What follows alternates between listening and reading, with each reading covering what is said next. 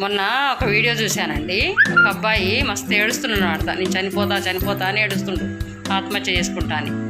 ఎందుకు రాని వాళ్ళ చుట్టుపక్కల వాళ్ళు అడుగుతున్నారనమాట. అడుగుతుంటే అంటుండు కదా, తన పిల్లల్ని దగ్గరికి రానియదంట పెండ్లం, తన పిల్లల్ని ముట్టుకొనియదంట పెండ్లం. ఆ పిల్లలకి నేర్పుద్దంట, ఎవరన్నా మీ నానేడని అడిగితే చనిపోయిందని చెప్పమని చెప్తుందంట. ఆ పిల్లగాడైతే మస్తు ఏడుస్తున్నాడు. మరి వాని కాడ పండుకున్నప్పుడు నీకు అసహ్యం వేయలేదా? వానితో సంసారం చేసినప్పుడు నీకు అసహ్యం వేయలేదా? వాని పిల్లల్ని వాడు ముట్టుకోవడానికి నీకెందుకు ప్రాబ్లము? మరి వానికి కన్నవా లేదా వేరే వానికి కన్నవా? అది కూడా క్లారిటీగా వానికి చెప్పాలి కదా. చెప్తే వాడు రాడు కదా, ముట్టుకోడు కదా పిల్లల్ని.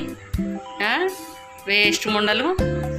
వానితో సంసారం చేస్తావు, వానికి పిల్లలు కంటే వాడిని ముట్టుకొని వానితో మాట్లాడినవా?